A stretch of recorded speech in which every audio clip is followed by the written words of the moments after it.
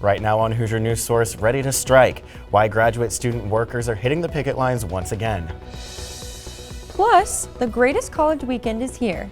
We have a preview of this year's Little 500.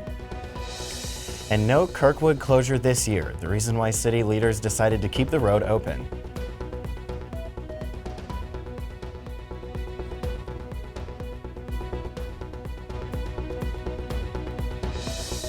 Hello and thank you for being with us. I'm Carson Johnson. And I'm Kamellia Tredway. We start with breaking news from today's IU faculty meeting. The IU administration is facing backlash after IU faculty overwhelmingly voted no confidence against 3 IU administrators. The votes were against IU President Pamela Whitten, IU Provost Raul Srivastava, and Vice Provost for Faculty and Academic Affairs, Carrie Dougherty. An IU president has not faced a vote of no confidence since 2006. The vote was called over many controversial university decisions. Some faculty say the administration is, quote, encroaching on both academic freedom and shared governance by, among other things, sanctioning faculty and by canceling art exhibits at the Eskenazi Museum. 800 faculty members must be present at the meeting for an in-person vote to be ratified. A 3-day strike by the Indiana Graduate Student Workers Coalition is being set to begin today. Some classes are expected to be canceled as grad workers hit the picket lines. 97% of coalition members say yes to the strike. The coalition says that the strike is a result of the IU administration refusing to hold a union election. In January, the coalition sent an election request with 1,300 signatures. That request said The request, they said, went unanswered. The uncertainty in the Middle East continues after Iran launched a massive strike against Israel on Sunday. Iran accuses Israel of a deadly attack on its embassy in Syria earlier this month. Now President Biden and Congress are figuring out next steps. CNN's Tina Kim has more. President Biden convened world leaders of the G7 after an unprecedented escalation of violence in the Middle East. Ya Allah, kam saruh. Stoking fears Israel's 6-month-long war against Hamas will expand. For the first time over decades of enmity, Iran attacked Israel directly from Iranian soil. Retaliation, Iran said, for an Israeli strike on Iran's embassy complex in Syria.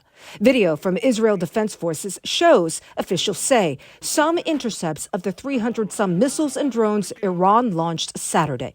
The IDF said 99% of them were brought down. This was an incredible success, really proving Israel's military superiority and, just as critically, their diplomatic superiority, that they have friends in the region. A senior administration official said President Biden told Israeli Prime Minister Benjamin Netanyahu the U.S. considers the night a win, with nothing of, quote, value hit and a single known injury. U.S. sources say Biden also told Netanyahu the U.S. will not participate in any offensive operations against Iran, a revelation slammed by Republican Marco Rubio. Which frankly encourages Iran and Hezbollah, which we haven't even talked about, and the Houthis, and all these other elements that are targeting Israel. Israel's war cabinet minister said the nation will, quote, exact a price from Iran in a way and time that suits us. In the meantime, both party leaders in the U.S. Senate are urging the passage of a bipartisan national security aid package that includes Israel funding. I'm Tina Kim reporting.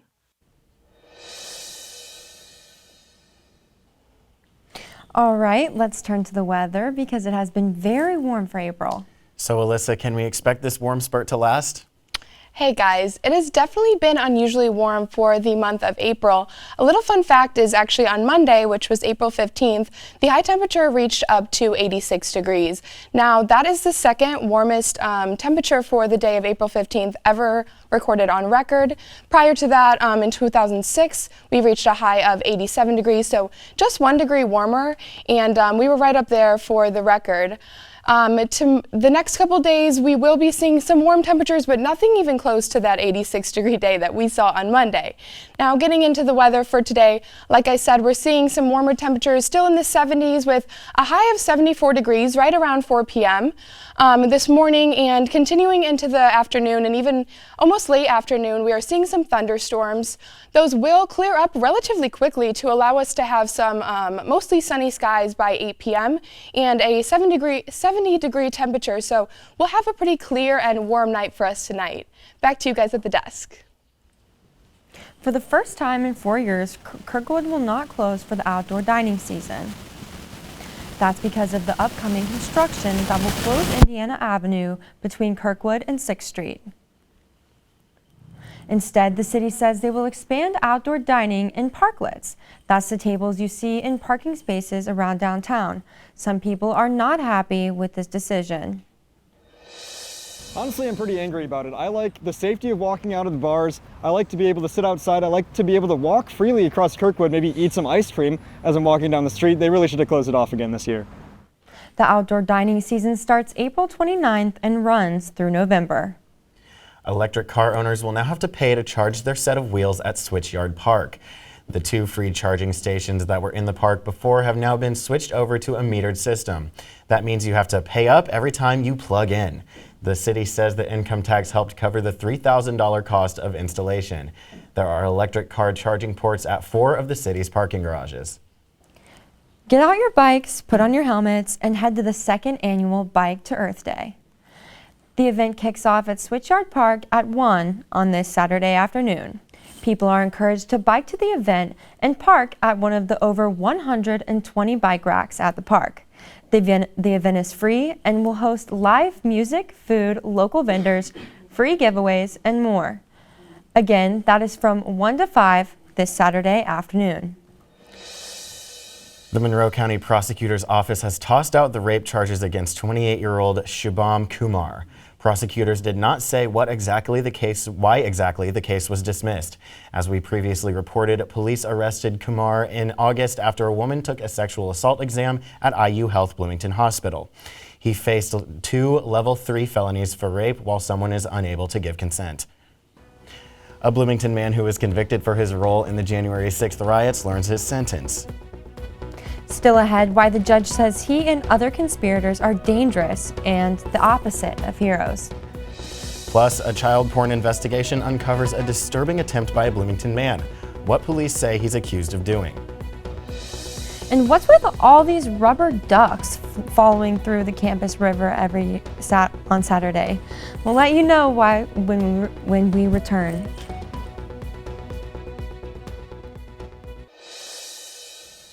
Dozens of rubber duckies filled the campus river on Saturday as Alpha Phi Omega held its annual duck races. The fundraiser is an annual tradition for the MU chapter. Ducks were numbered 1 through 100 with several heats.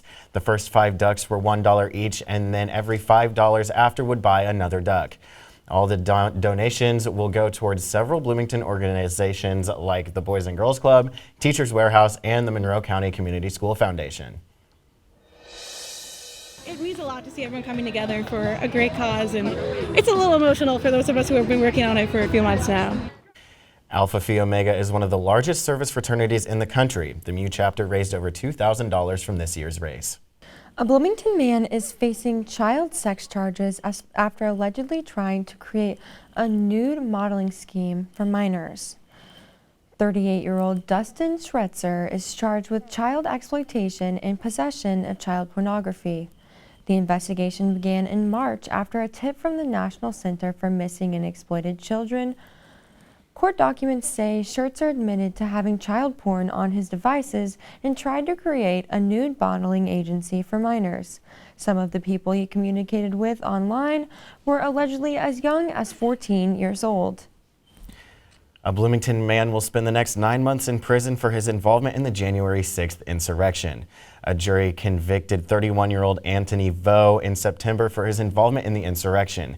He will serve a year of supervised probation after his release and will be forced to pay a $1,000 fine. The CVS on College Mall Road will be shutting its doors on May 8th. The company did not say why the location is closing down permanently. Prescriptions will be sent to the 24-hour location across the street. The 7 other CVS locations in Bloomington remain open. The CDC finds no link between COVID-19 vaccines and cardiac deaths among younger people. Still ahead, what sparked the recent study and how experts were able to confirm the results. Plus, the FBI and U.S. Coast Guard launch a criminal investigation into the Baltimore bridge collapse. Why investigators believe the collapse may have been avoidable. And we've had some really nice days with warmth and sunshine, but will it stick around? Alyssa has the forecast on the other side of this break.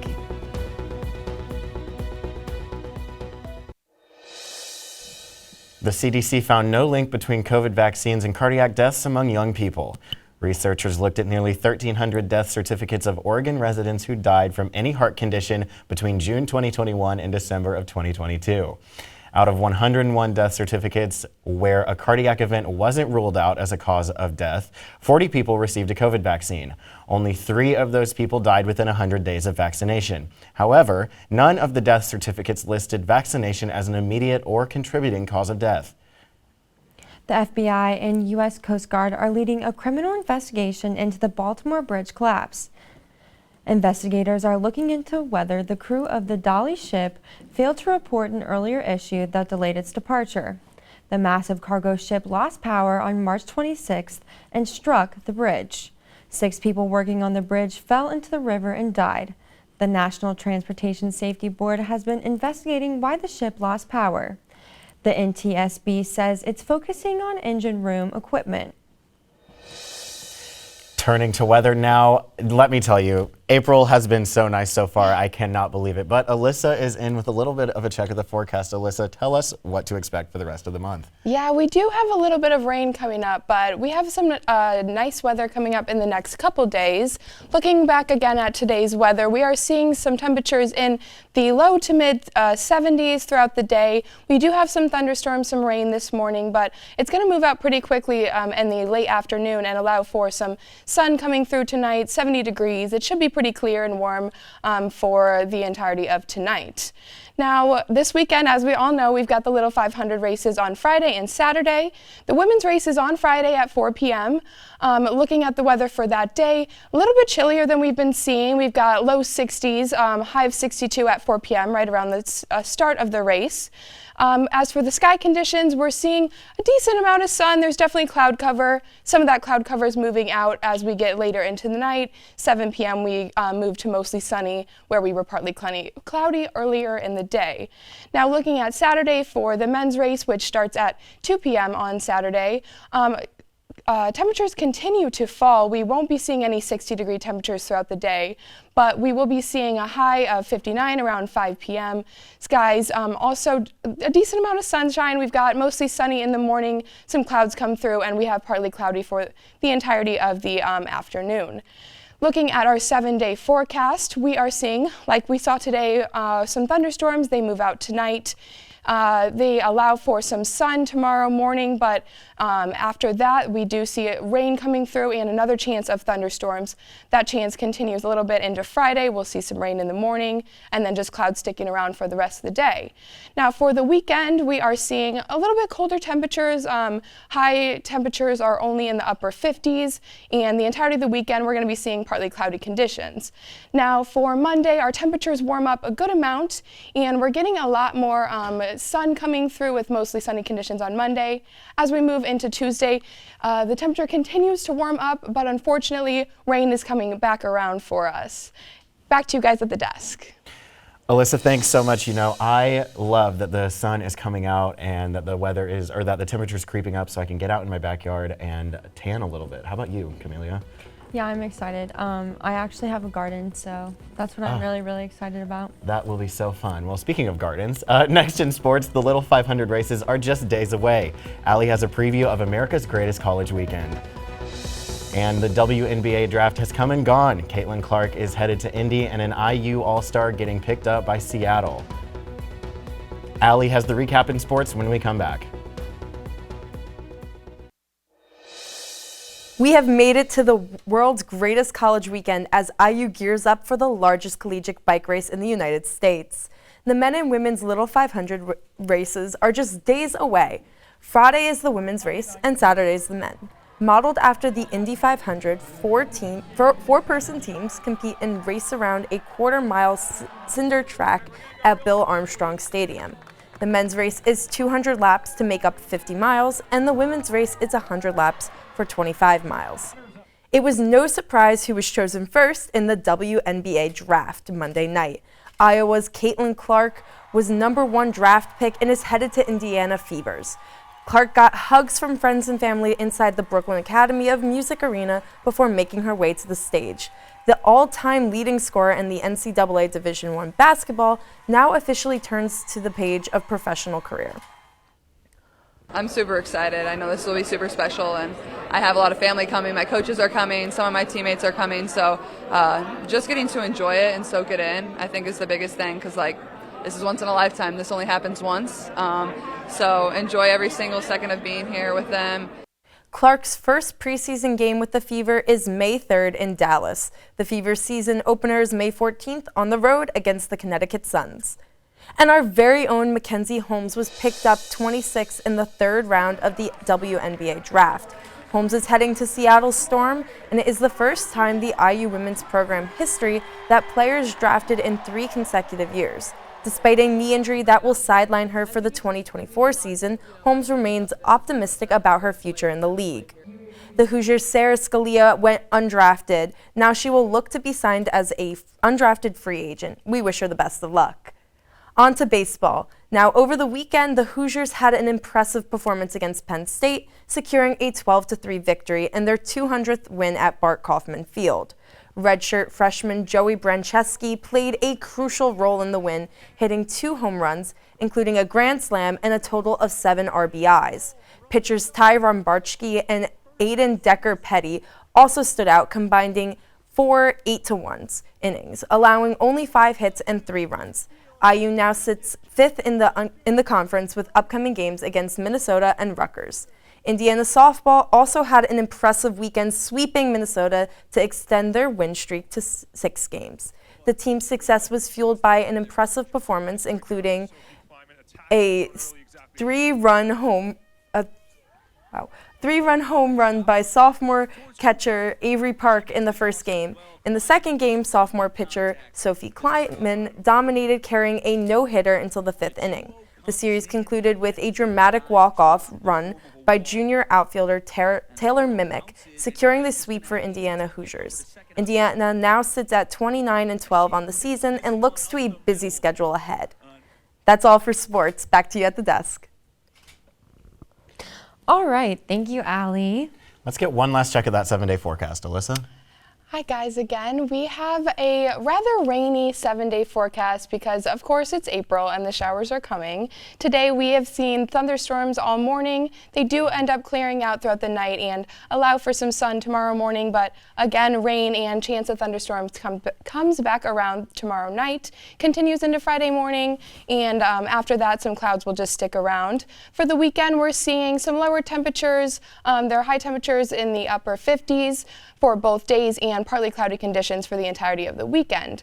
Moving into next week, we've got a little bit warming temperatures into Monday, sunny skies, and then continuing to warm into Tuesday, but some rain unfortunately does come back around. Yeah. Well, you know what they say about April showers. I know what they say. They bring May flowers. Well, you know what they say about humidity in my hair. Yeah, so. Never goes well. Thanks, Alyssa. And thank you for watching this week's Hoosier News Source. For updates between newscasts, check out IUSTV.com, and we look forward to seeing you back here next week. Take care.